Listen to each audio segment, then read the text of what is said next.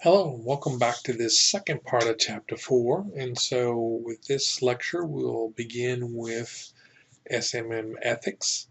And so, one thing you need to keep in mind is the same code of ethics that you would use in a normal marketing activities applies to the same thing you would do in SMM ethics. Thing you need to keep in mind is that with social media, there are different aspects about being ethical that you need to keep in mind. So if we go back and look at traditional marketing code of ethics, it's something that you want to make sure that you're doing your marketing with the highest of integrity in mind and your customers' well-being. You want to commit to certain ethical values such as honesty, responsibility, and citizenship. And so those are just a few of the things that you need to think about when you're wanting to be ethical. Again, with social media marketing, if you're the slightest bit unethical in these areas, your customers, visitors are going to detect that, and then you could have a very large negative backlash. And so I can't stress again how much honesty plays into being very ethical and establishing that relationship with your customers. So some other things to keep in mind is that you're building that relationship. And so you've got to build your reputation on being very honest, right? And so if you say that you're going to do something, then you need to follow up and follow through with that. And so everything that you're writing out there on that social media app is going to be saved. It's out there for everybody to view, and they can go back and check you to see if you did what you say you were going to do. Being ethical also applies to privacy concerns, especially since you're using an internet type of connection. And so you don't want to collect any more personal information than what you need. You don't want to trick your visitors into clicking on extra links that would help you gain more information than you were originally asking for. And I see this, in Facebook. Then Facebook, if you get on there and you play the games that some providers provide by clicking into Facebook, you're actually acknowledging them to have access to your contacts and personal information, and they grab that, and you may not even be aware of that. And so to me, that's a little unethical. And that's how we mean how it applies to privacy here. So you may need to think about how you're going to be perceived when you're gathering information. If you're a little bit too aggressive doing that, then someone may think this is very annoying and may not come back to your site. They may think you're installing malware or computer viruses on their computer. So again, I would avoid doing anything unethical in this area. And so the best approach here is to be passive about it and allow the users to input that data voluntarily. And so sometimes you see it as they opt in for certain things that they want to provide you. And so you don't want to have them, I find this very unethical is when you go to a site and all the boxes are checked of all the things they're going to send you or ask you for. And if you don't uncheck them, then you've automatically been enrolled in those newsletters or whatever they're asking for. And so you haven't opted in, they're forcing you to opt out, which I think is unethical. Another area this applies to is being respectful toward your visitors or people that you're interacting with. Just keep in mind there's always somebody on the other side. You don't want to create false identities for testimonials. A couple of months and years ago, I see every so often you'll see where a company gets caught paying somebody to write testimonials for their blog or website or whatever social media application they're using. Once you've done that, you've destroyed your reputation with them. You've destroyed the sense of honesty with them, and it's just not worth it. So you need to be respectful at all times to the people that are interacting with you through your social media app. Another area your book talks about is responsibility. That is if you make a mistake or do something that is not quite true or accurate, take responsibility for it. And so the 3 steps they suggest is that you acknowledge when there's been a problem, you apologize to the group or the user who's had a problem, try and give them an individual resolution. You may want to contact them off-site, I would say, that is not through the application where they registered the complaint. You want to talk to them, say you've made a mistake, you want to try and resolve it, and then you may want to have to post that to your regular site or application so that the group knows that you're trying to handle the problem and what you did to handle the problem. If you don't acknowledge that, then it'll look like you don't care or that you don't want to try and solve the problem, and then that sends a negative message on your site. And so make sure you act to implement those changes that you promise that constituent or customer. And then lastly, try and observe these best practices, so to speak, of your social media etiquette. This is what's expected by people who are engaging in this conversation. So first thing they found is you want to use different accounts or profiles for your personal communications and your professional communications. So don't use the same account that you have for your close friends that are using Instagram to communicate with you, because then everybody else can see that as well. It's just not very professional to do. Have a separate account for that. Make sure you get the permissions of people when you're posting pictures or videos. Right? Don't just troll and see what people are doing. This is typically someone who's reporting inappropriate comments or harsh comments, and so you don't want to do that. Sometimes when you see a post and you don't like what it is, or if it's a negative post, don't react immediately. This is the same kind of guidance you would get for emails.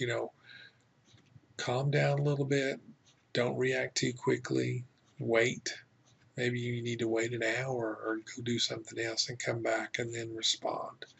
But don't react quickly and then have regrets after posting it immediately.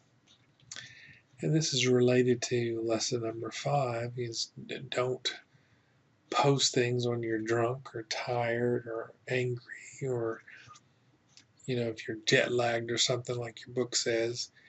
Just wait till you have a clear mind and you're able to write something that is not reactive or because you're just tired. Right? The last one I'm sure you've heard a lot is don't post anything anywhere on the internet that you don't want somebody else to see, especially people like potential employers, your boss, current customer, or a potential client to read. So think about that when you're posting things, what the impact of that might be on these different groups, if you will. The next thing we want to talk about are some ethical decision-making practices. The ability to gather information and relate information on your customers is getting more and more sophisticated. question is are you using that in an unethical way? Is this more information than you had originally promised that you were going to gather about your customers? And so, the customer, the people that you're interacting with, may also have more sophisticated software that's helping them block what they're able to give up. So there's ad blocking software, anti-cooking programs, and so on. So you need to know that if you're collecting data and it's ethical, you may not be getting a good view of that data because your clients or customers may be using this sort of software. Right. Last thing here is that when you're collecting this data or you're putting something out there, is this going to violate your ethical standards? And if so, don't do it. If you're in doubt, then you probably need to err on the side of caution and still don't do whatever you're on the borderline with. Another thing you need to consider when you're doing a social media campaign, especially if it goes across borders or regions within your country, and that is you need to look at the cultural differences that your communication is going to go into, and that could be different groups, like I said, different parts of the country. And so you need to do some research and determine how that communication might be interpreted. If it's going across different countries, you've got a language barrier here. Is whatever you're transcribing into that other language correct or not? Then you've got to think about how that's going to play out on different platforms. When I say platforms, is it a phone? What type of phone? Is it an iPad or some kind of tablet device? Or is it a desktop or a laptop? Those sort of things. Always be thinking about that as well. And so maybe in different countries, there's a different, better way of communicating, their preference, so to speak. You need to find that out. So some people are going to be more eager than others to receive your message, but you don't want to be invasive. If you send out too many messages, then it seems like you're invasive and they may unfriend you or uninstall you or unfollow you depending on the social media app. So think about in the United States, maybe 1 or 2 texts a day is acceptable, but maybe in another country could be 10 texts a day is acceptable, or it might only be 1. Again, you need to figure that out and find out what is acceptable. So as you try and communicate in another country, you need to think about what you're saying. And so one of the key things that you'll see, and this applies to management as well, is that if you have proverbs or saying in one part of the country, they may not understand what that means in another part of the country or in an international country. Some things that you translate don't come across. They are called idioms. And so a meaning in this country doesn't translate well in another country. You want to stay away from humor or sarcasm or metaphors because, again, they may not translate into another country. So to be sarcastic in the United States may be totally taken inappropriately in another country. They may not think you're being jokingly or anything. So that leads to the next item here is to avoid jokes because, again, a joke in this country may be very offensive in another country, and it just doesn't go well. And so you want to make your messages as polite and concise, direct as possible. Sometimes it can help if you use something like Google Translate, and then you can translate that into several different languages. You might even think about translating it from one language to another language, from that language into another language, and then back into English, and see if you still get the same meaning in the same way it was meant. If not, then you got to look for a different way to do that translation. So here we have an example of how Walmart on Facebook puts this in Spanish for its Mexican customers. And so if you're on this page, then you could click and see the translation for them there. But they're making sure that that's done appropriately. So the last thing in this chapter is to look at some of the best practices. We've talked about these before in other chapters. So use the social media channels as they were intended. Don't try and do something that wasn't intended for them, because you'll more than likely ruin your reputation, ruin that honesty and good ethical practice. And don't be a spammer. Assume that people don't care about the product. You're not trying to do a direct sale. Put some personality into your communication. Provide some context when you're seeking those different types of connections. Be as honest and transparent as you can. Talk about the topic. You're establishing a relationship. You're not trying to create a billboard, so to speak.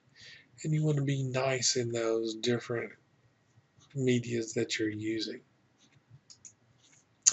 And so that ends this chapter.